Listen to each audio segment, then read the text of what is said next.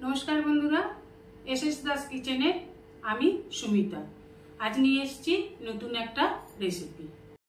कथाय आछे माछे भाते बांगाली। बांगालिर भातेर पाते माछ थाकबे ना ता होतेई पारे ना। कोनो ना कोनो माछ बांगालिर भातेर पाते अवश्यई देखा जाय। आज निये एसेछि भांगर माछेर रेसिपि। अनेक रकमेर माछ आमरा खाई, आजके निये एलाम भांगर माछेर रेसिपि। देखुन भांगर माछ एरकम देखते हय, केटे छोटो करे जल दिए धुए निये एसेछि। एबार एकटु नुन आर हलुद माखिए नेब। नुन आर हलुद एइभाবে एकटु घषे घषे प्रत्येकटा माछेर टुकरोते माखिए निते हबे। ठीक एइभाবে माखिए निलाम। देखुन एइभाবে माखिए निलाम। एबार ओभेने कड़ा बसिए दिए दिलाम सादा तेल। तेल गरम हয়ে গেলে মাছগুলোকে দিয়ে একটা একটা করে দিয়ে ভেজে তুলে নিতে হবে।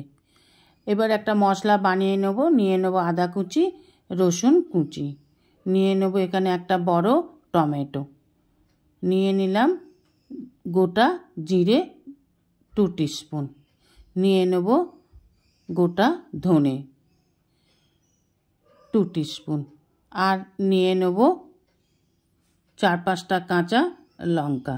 ঝালটা আপনারা আপনাদের প্রয়োজন মতোই দেবেন। একটু জল দিয়ে একটা পেস্ট বানিয়ে নেব। এবার মাছগুলোর একদিক হয়ে গেলে আর একদিক উল্টে দিলাম।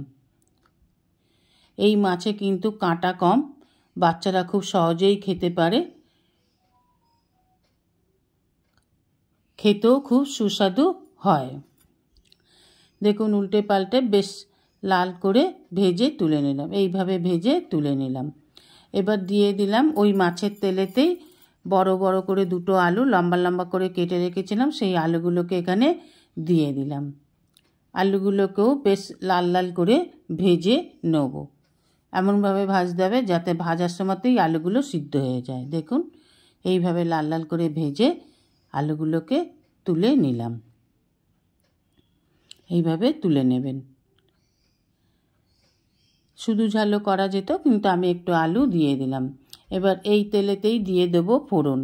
দিয়ে দেব 2টো তেজপাতা, 2টো শুকনো লঙ্কা, গোটা গরম মশলা আর গোটা জিরে। ফোড়নটা একটু নেড়ে চেড়ে যখন ফোড়ন দিয়ে সুন্দর একটা গন্ধ ছেড়ে যাবে তখন দিয়ে দেব পেঁয়াজ কুচি। এখানে আমি 2টো পেঁয়াজ ছোট ছোট করে কুচো করে নিয়েছি। পেঁয়াজটাকে একটু ভালো করে ভেজে নেব যতক্ষণ না পেঁয়াজের কাঁচা গন্ধটা চলে যাচ্ছে। এবার দিয়ে দেব পরিমাণ মতন লবণ। দিয়ে দেব যে মশলাটা আমি করেছি আগে দেখিয়েছি সেই মশলাটাই এখানে দিয়ে দিলাম। এবার মশলাটাকে খুব ভালোভাবে কষে নিতে হবে। খুব ভালোভাবে ভাজা ভাজা করে নেব। দেখুন এইভাবে মশলাটাকে নেড়ে নেড়ে ভেজে নেব। এবার দিয়ে দেব কিছু গুঁড়ো মশলা। দিয়ে দিলাম হলুদ গুঁড়ো, লাল লঙ্কার গুঁড়ো আর গরম মশলার গুঁড়ো। ভালোভাবে মশলার সাথে সমস্ত উপকরণগুলোকে ভেজে নিলাম। দিয়ে দিলাম ফেটানো টক দই। এখানে 100 গ্রামের মতন টক দই দিয়ে দিলাম। এবার টক দইটাকেও ভালোভাবে মশলার সাথে কষে নেব। মশলার সাথে কষতে কষতে যখন একটু মশলাটা ঘন হয়ে আসবে, টক দইয়ের মধ্যে যে জলটা থাকে সেটা শুকিয়ে আসবে, তখন দিয়ে দেবো একটু মশলা ধোয়া জল। যে পাত্রে আমি দইটা ফেটিয়ে নিয়েছিলাম সেই পাত্র ধোয়া জলটা এখানে দিয়ে দিলাম।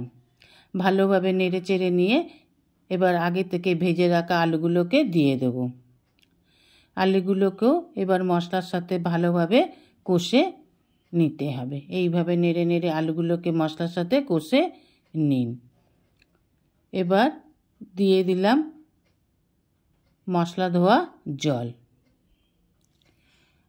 আর দিয়ে দেব পরিমাণ মতন জল। যতটা আমার গ্রেভি লাগবে সেই পরিমাণ মতো জলটা এখানে দিয়ে দিলাম।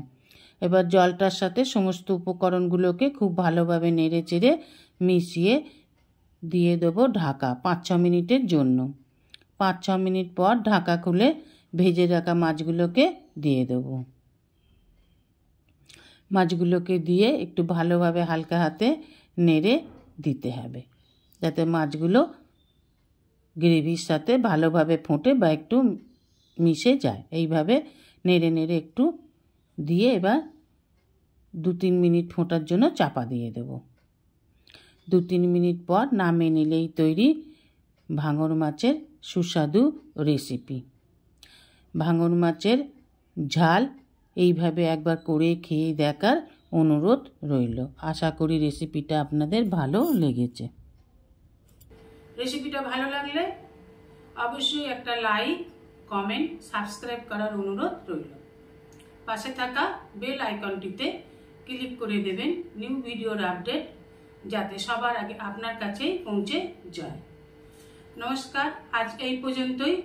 আবার দেখা হবে নতুন একটা রেসিপির সাথে নতুন একটা দিনে। ভালো থাকবেন, সুস্থ থাকবেন, সঙ্গে থাকবেন। নমস্কার।